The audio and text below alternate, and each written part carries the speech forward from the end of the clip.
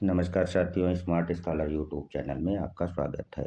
आज हम लोग हाब्स का सामाजिक अनुबंध क्या है इसको पढ़ेंगे तथा इसके परिणाम स्वरूप राज्य की उत्पत्ति कैसे होती है को समझेंगे।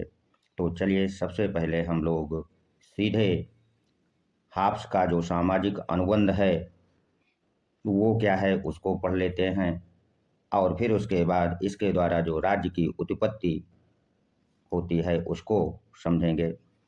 तो हाब्स के पूर्व राज्य की उत्पत्ति के जितने अनुबंध सिद्धांत दिए गए उनका उद्देश्य शासकों की शक्ति को मर्यादित करना या नियंत्रित करना था तथा जनता को भ्रष्ट शासकों को पदच्युत करने के अधिकार का समर्थन करना था।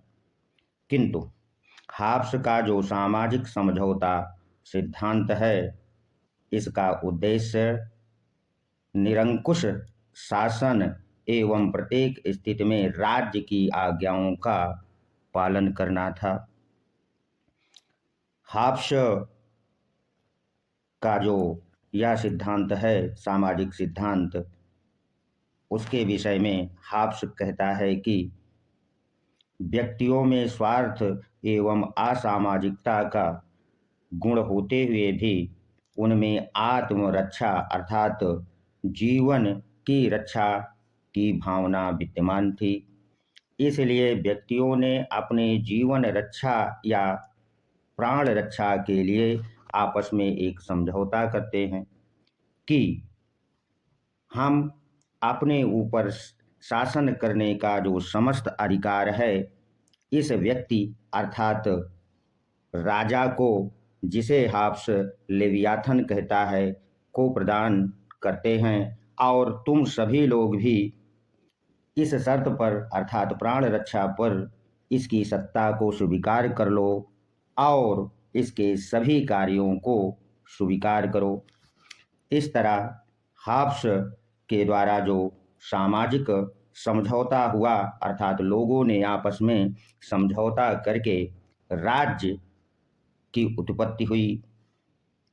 अब हाब्स का जो ये समझौता है वह एक पक्षी था। क्यों? क्योंकि लोगों ने आपस में समझौता करके अपनी प्राण रक्षा या आत्मरक्षा के लिए समस्त शक्तियां राजा को सौंप दी थीं। इसलिए यह जो है समझौता एक पक्षी था। शासक या राजा इसमें भागीदार नहीं था और इस समझौते के परिणाम स्वरूप राज्य या सरकार आप कह सकते हैं एवं नागरिक समाज का जन्म होता है।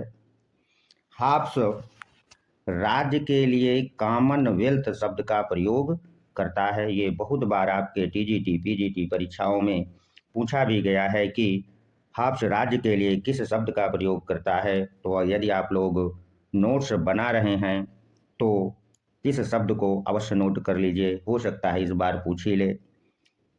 तो कॉमनवेल्थ शब्द का राज्य के लिए हाब्स प्रयोग करता है तथा वह राज्य एवं शासन अर्थात सरकार में अंतर नहीं करता है।